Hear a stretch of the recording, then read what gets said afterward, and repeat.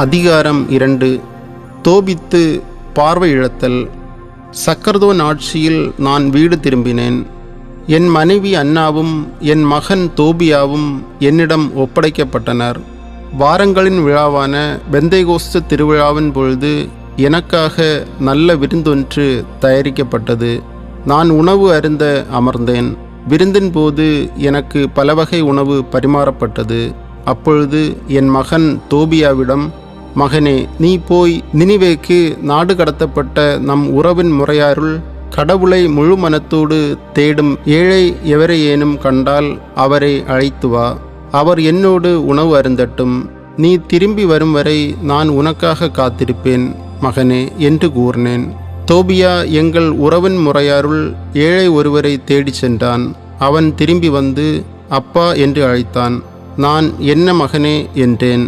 அவன் மறுமொழியாக, அப்பா, நம் இனத்தாருள் ஒருவர் கழுத்து நெரிக்கப்பட்டு கொலை செய்யப்பட்டுள்ளார். அவரது சடலம் சந்தை வெளியில் எறியப்பட்டு அங்கேயே கிடக்கிறது என்றான்.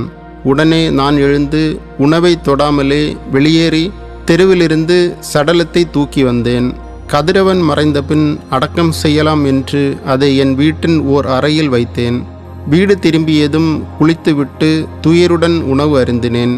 உங்கள் திருவிழாக்களை அழுகையாகவும் பாடல்களை எல்லாம் புலம்பலாகவும் மாற்றுவேன் என்று பெத்தேலை குறித்து இறைவாக்கினர் ஆமோஸ் கூறிய சொற்களை நினைத்து அழுதேன்.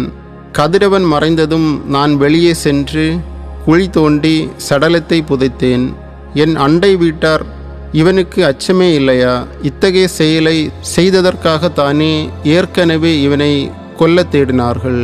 இவனும் தப்பியோடினான். இருப்பினும் இறந்தவர்களை மீண்டும் அடக்கம் செய்கின்றானே என்று இழித்துரைத்தனர்.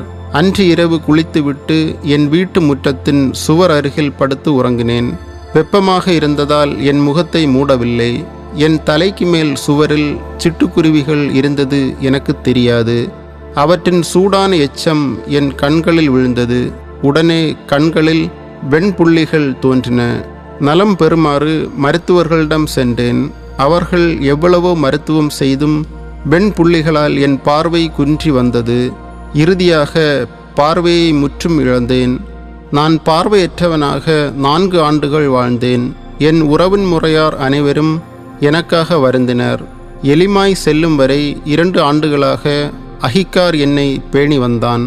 அக்காலத்தில் என் மனைவி அன்னா பெண்களுக்குரிய கைவேலைகளில் ஈடுபட்டிருந்தாள். தன் கை வேலைப்பாடுகளை அவள் உரிமையாளர்களுக்கு அனுப்பி வைக்க அவர்கள் அவளுக்கு கூலி கொடுப்பார்கள். திசித்தர் மாதம் 7ஆம் நாள் தான் நெய்திருந்ததை உரிமையாளர்களுக்கு அவள் அனுப்பி வைத்தாள். அவர்கள் அவளுக்கு முழு கூலியுடன் விருந்து சமைக்க ஓர் ஆட்டுக்குட்டியையும் கொடுத்தார்கள். அவள் திரும்பி வந்தபொழுது ஆட்டுக்குட்டி கத்தத் தொடங்கியது. உடனே நான் அவளை அழைத்து, இந்த ஆட்டுக்குட்டி எங்கிருந்து வந்தது என்று கேட்டேன். ஒருவேளை இது திருடப்பட்டதோ? அப்படியானால் உரியவரிடம் இதை திருப்பி கொடுத்து விடு. ஏனெனில் திருடிய எதையும் உண்ண நமக்கு உரிமை இல்லை என்றேன். அதற்கு அவள் என்னிடம், கூலிக்கு மேலாக இது எனக்கு அன்பளிப்பாக கொடுக்கப்பட்டது என்றாள். இருப்பினும் நான் அவளை நம்பவில்லை. உரியவருக்கு அதை திருப்பி கொடுத்து விடுமாறு வற்புறுத்தினேன். அவளது செயலை குறித்து நாணினேன். அப்பொழுது அவள் மறுமொழியாக என்னிடம், உம்முடைய தருமங்கள் எங்கே? நற்செயல்கள் எங்கே? உம்முடைய குணம் இப்பொழுது நன்றாகவே புலப்படுகிறது என்றாள்.